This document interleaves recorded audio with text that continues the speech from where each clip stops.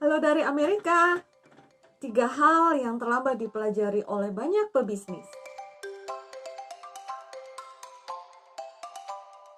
Saya akan sharing yang pertama.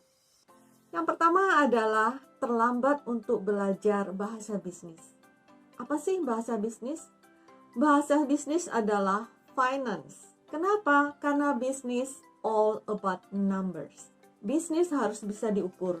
If you cannot measure it, you cannot scale it. Intinya, kalau Anda nggak bisa menghitung dan mengukur angka dari bisnis Anda, gimana Anda akan menaikkan atau memperbesar bisnis Anda? Impossible. Karena bisnis itu bukan feeling, bisnis is number, bisnis is logic. Dan kebanyakan pebisnis itu biasanya cuma mau tahu, oh aku profit berapa. Tapi dia nggak mau menelusuri gitu, angka ini dari mana gitu. Termasuk saya dulu. Tapi saya insya Allah sudah insaf dan mulai belajar tentang finance. Kemudian hal lain yang terlambat dipelajari oleh para pebisnis adalah belajar tentang branding, baik personal branding maupun company branding. Kenapa branding ini perlu? Karena ketika perusahaan Anda membesar, sebenarnya yang paling berharga adalah brand. Tahukah Anda bahwa perusahaan-perusahaan internasional seperti Coca-Cola, McDonald's, kemudian Google, Apple, harga brand mereka lebih mahal dari aset mereka. Seperti Bimoli misalnya, yang dijual, harga brandnya aja 25 miliar, padahal asetnya hanya 3 miliar.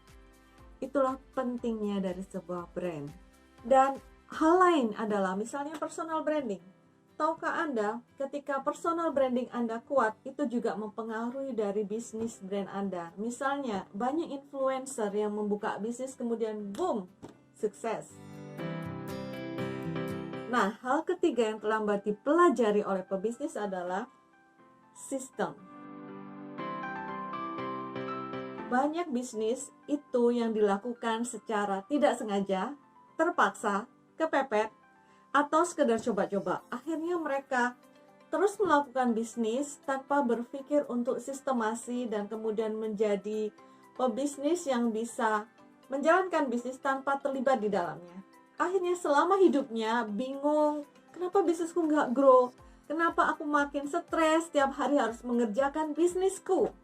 Misalnya buka toko roti, tiap hari harus baking roti. Tidak sempat untuk berpikir pengembangan bisnis. Itu kenapa? Karena kita tidak belajar tentang sistem. Kita tidak belajar tentang delegasi. Akhirnya kita stuck in there. Oke, cukup sekian untuk sharing hari ini. See you on top. Love from USA.